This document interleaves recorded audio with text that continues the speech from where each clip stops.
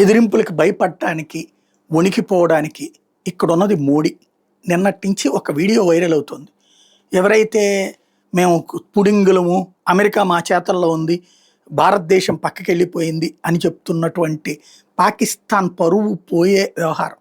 షాబాజ్ షరీఫ్ పాకిస్తాన్ ప్రధానమంత్రి మొన్నెళ్ళి ఈజిప్ట్లో జరిగిన సమావేశానికి పిలిచారు కాబట్టి అక్కడ ఎగబడిపోయి ట్రంప్ని గురించి పొగట్టడం, చివరికి వెనకాలే ఉన్నటువంటి ఎవరైతే ఎట్లే ప్రధానమంత్రి నోరు నొక్కుకోవడం కూడా అందరూ చూశారు. ఆ వీడియో వైరల్ అవ్వడం ఒక ఎత్తు అయితే, ఆ తర్వాత ట్రంప్కి 2 చేతులు ఇట్లా ఎత్తి నమస్కరిస్తా తల వంచి కాళ్ళ దాకా కాళ్ళు పట్టుకున్నటువంటి ఉదంతానికి సంబంధించిన వీడియో పెద్ద ఎత్తున వైరల్ అవుతుంది. షాబాజ్ షరీఫ్ పరువు పోయింది, పాకిస్తాన్ పరువు పోయింది.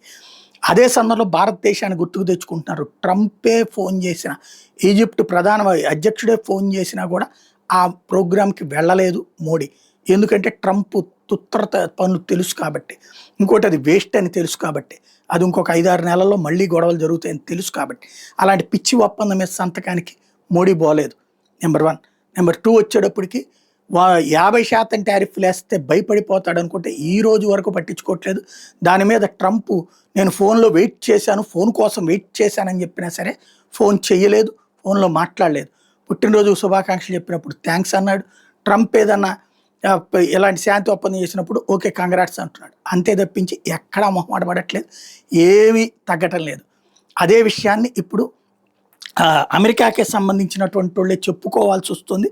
భారతదేశం అనేటటువంటి దాన్ని లైట్గా తీసుకోలేం అన్నటువంటి విషయాన్ని ప్రధానంగా చెప్పుకొస్తున్నారు.